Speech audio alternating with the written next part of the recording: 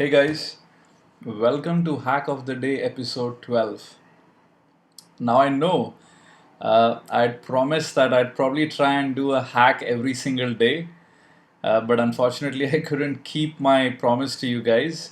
And I was traveling a lot and work was pretty hectic, and when there isn't work, there's always family. So sorry about that, and hopefully I should be able to put out more episodes than I did previously.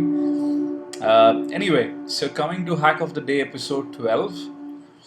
In this video, I'm going to take you through a scenario based hacking uh, demonstration. And in this, I'm going to look at pivots and port forwards, right? And honestly, this is probably like a medium level difficulty from an attack perspective. Uh, Now, what am I recreating? Before that, shameless self promotion, security due trainings. Please have a look at our paid trainings. I'm sure you would like some of them. So, the scenario is really one of the exams which we had conducted for our SMFE certification, right? And we keep changing and cycling out these exams. And pretty much all one has to do in this specific exam was to break into a machine with the IP address 192.168.58.90 and create a web directory hacked at the root URL. And inside that, put an index.html which contains the sentence "you've been hacked," right? Now, we also at times give a couple of hints to simplify, and really I wouldn't call it simplify. I would pretty much say, in the interest of time, to probably look at what is important and then see if the students have the skill required. So here is a simplification. Just look at three machines whenever you have an option: 56.1.1.10, 57.90, and 58.90, right? Now, the only ports you really need to be bothered about, no matter which machine you scan, is 2280, 443, 445, and 8080, right? And honestly speaking, again, this isn't a simplification, because if you were scanning any random IP address on the internet, these are probably some of the more common ports you would end up scanning to check if anything is running, okay? Fantastic. Now, there's just one stipulation. Pretty much all the attacks which we will do here would be using Metasploit. And the simple reason is, as I said, this is an exam for the SMFE certification. So, you would have to use Metasploit, right? Oh, awesome. So, let me log into one of the lab machines, which pretty much is Kali. And if we go back to the question paper, it basically says three machines: 56.1.1.10, 57.90, 58.90. Okay.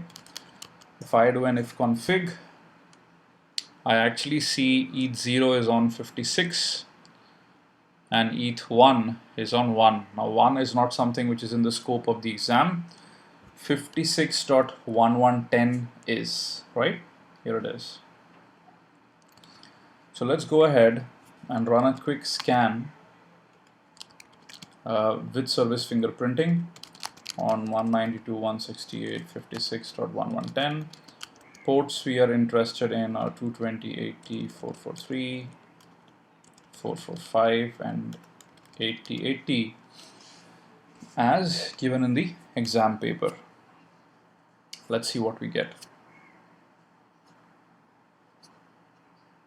And by the way, I mean, we have the SMFE exam as a separate offering which you can take for $100 and get certified if you feel like taking this up as a challenge.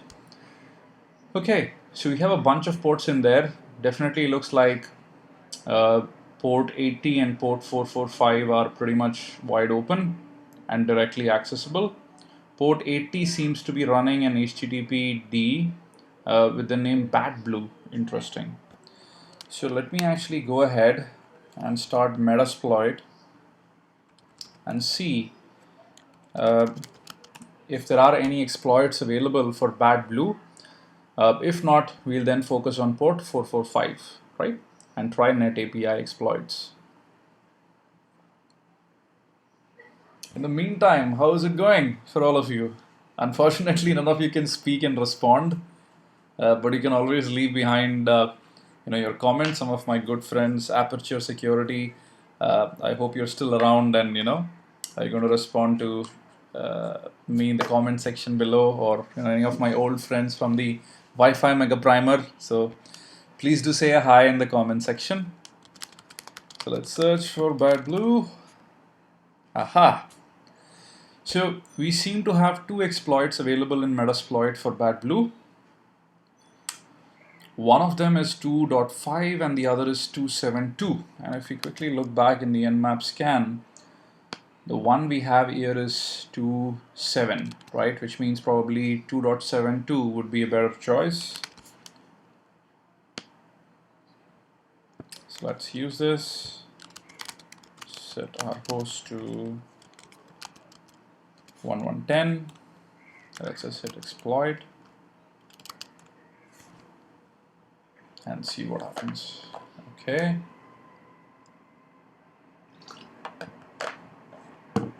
So this says the target server fingerprint blah blah blah does not match what was required. Okay. Now I trust Nmap, so let me just go ahead and set fingerprint check to false and then try exploiting again. Aha! Looks like my dear friend Metasploit. Yeah, Nmap was right. Get UID, sysinfo. Looks like this is a Windows 7 machine, and looks like we've broken in as a user, unfortunately not system. Anyway, no worries. So again, what we need to eventually get to is the machine 58.90, and in between we've already gone ahead and exploited 56.1110, and apart from 58.90, pretty much we are searching for 57.90. Let me do a quick IP config and look at the interfaces. This is useless. 56.1110, this was pretty much what we've exploited. And then here is 57.101. Aha, this is interesting because we are interested in 57.90. So let me quickly run an ARP scanner on the whole subdomain. Oh, sorry, on the whole, or really what we are interested in, 57.2 to 54, and see if we can get 57.90.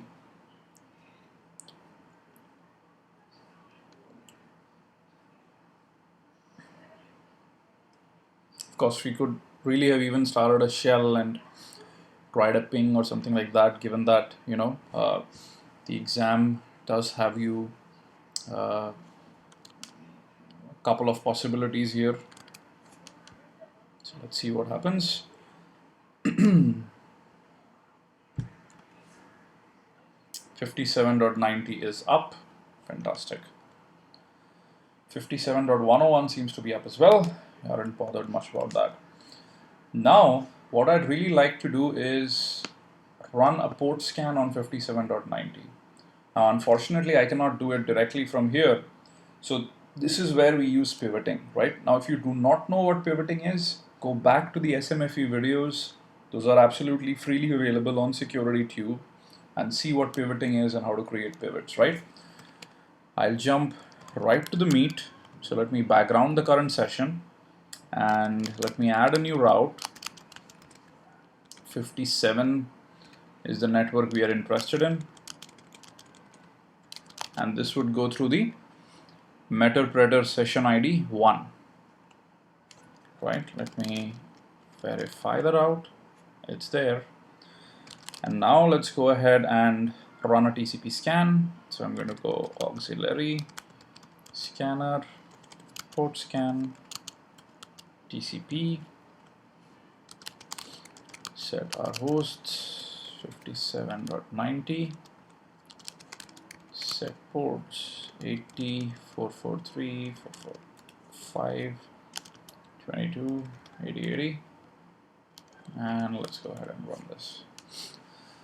445 is the only one which is open. Interesting, which means net API exploit would be something we should try.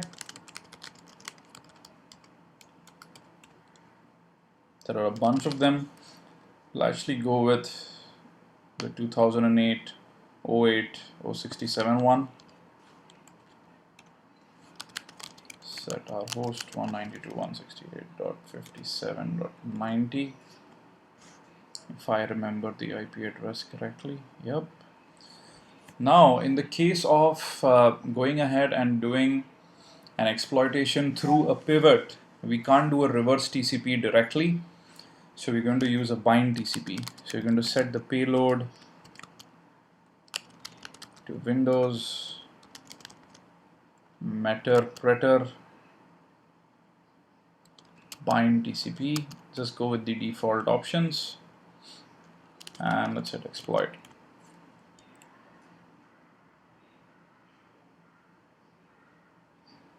There you go. Looks like an XPSP3. And we are about to get a meterpreter shell. Fantastic. Sysinfo. Get UID.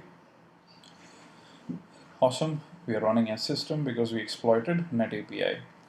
Let me do an IP config. And now I finally see the network 58.1110 through one of the available interfaces. Fantastic. So I'm going to go back, add a new route. So this is the second pivot we would have. 192.168.58 network. And this is going to go through meterpreter session 2. Let's print the route. And if you notice, we have now beautifully 2 sessions lined up. The second exploitation is really via the pivot. And you can see all the details in here. Fantastic. So the IP address we are now interested in is 58.90. Let's just verify this is available to us using an ARP scan. So let me connect back to the session section. Run ARP scanner. 92.168.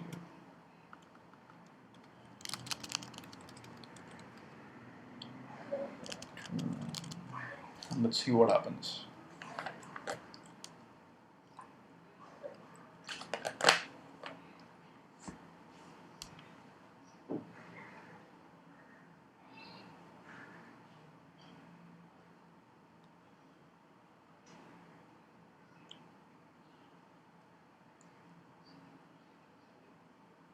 Fantastic.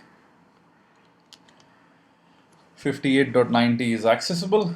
Let's background the session and let's just again go ahead and use our port scanner.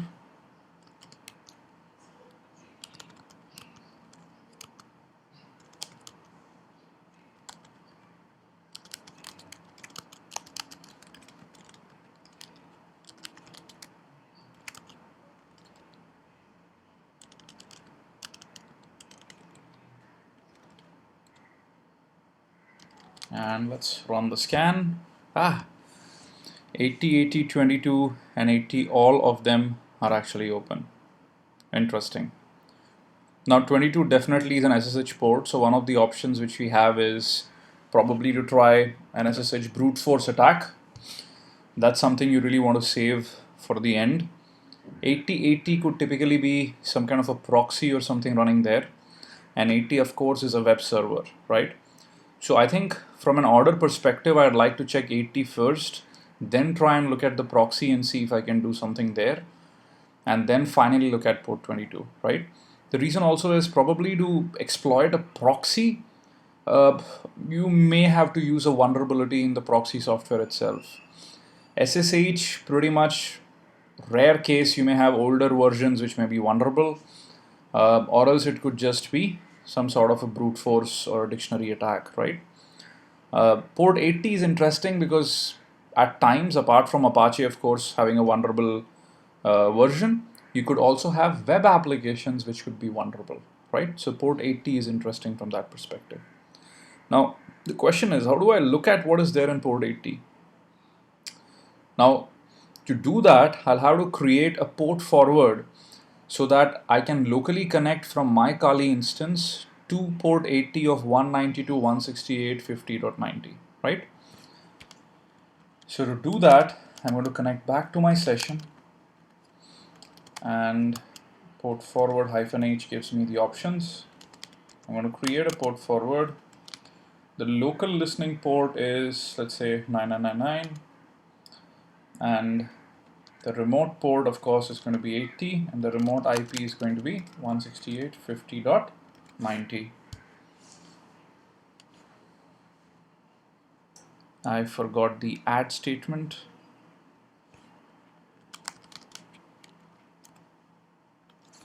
Fantastic.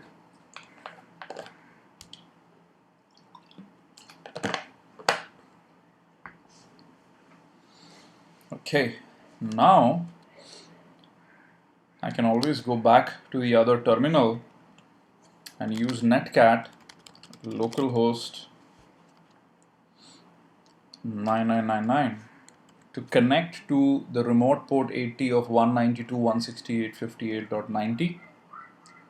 Connected. Let me actually fetch the root page and see what I get. Interesting. So it looks like I'm getting an index of some kind, and there are a bunch of things in there, or really pretty much just one thing in there, a URL which points to something called queued flow, and basically just a link to a directory, right? This is one way of doing it. The other is you'll have to install something like Links, which is a text browser, and then you could basically tell Links just go to localhost 9999. Now, if you're wondering what I'm doing here, port forwarding is not clear to you, go back to the SMFE video tutorials on SecurityTube and go to the specific video which talks about port forwarding to demystify what is happening here, right? Okay, so let me use Links, and Links beautifully shows me this. And I can clearly see there is a directory called qtflow v.2.11 blah blah blah, right? And I think pretty much inside this directory I have a login, a username, password, and all that stuff. Interesting, right? Okay, so let's search if Meterpreter has anything for Qtflow. Let me go ahead and use this. So it looks like my lucky day. Meterpreter seems to have a Qtflow vulnerability discovered as early as 2012. It's hardly been a year. And this is an arbitrary file upload. Fantastic, which means pretty much we can get a shell on the box. So I'm going to set our host 58.90, set the payload to PHP,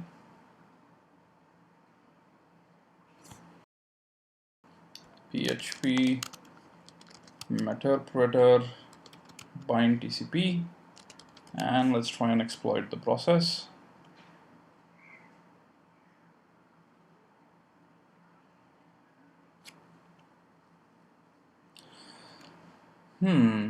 Okay, let's look at the options.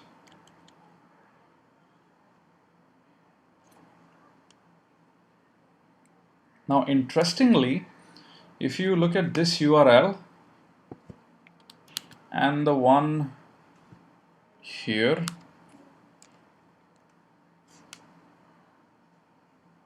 we actually see that the V has been kind of concatenated together.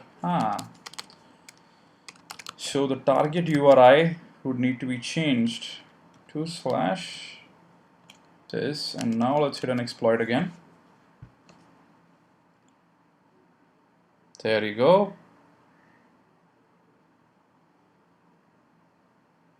Still waiting for our little session.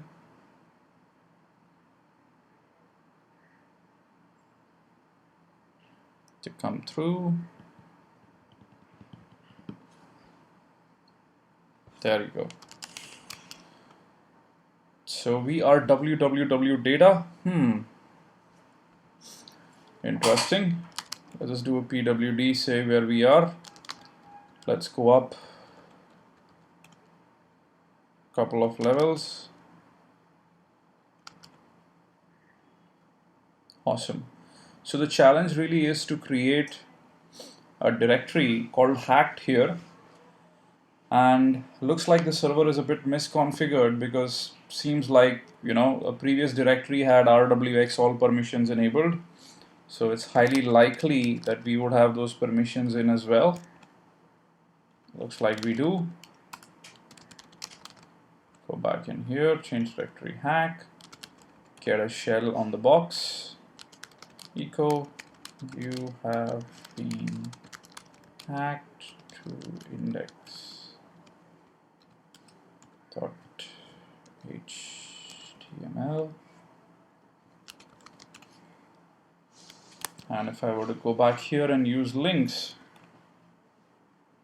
I would find that the directory hack has been created, and if I go in there, you have been hacked is displayed, right? Mission accomplished, right? Fantastic. So we did not use any new vulnerabilities or anything like that. As I said, the real stipulation was to be able to use Metasploit, navigate through all of these pivots and create the right port forward so that you are able to access the vulnerable applications. The applications here itself, it was assumed that you have a vulnerability for them, right? Which may not always be the case, which means you could look for misconfigurations or even try and find 0 days and whatnot. Anyway, hope you enjoyed this video. Please leave your comments behind for other scenarios you would have look at, and I'll try to create them for you.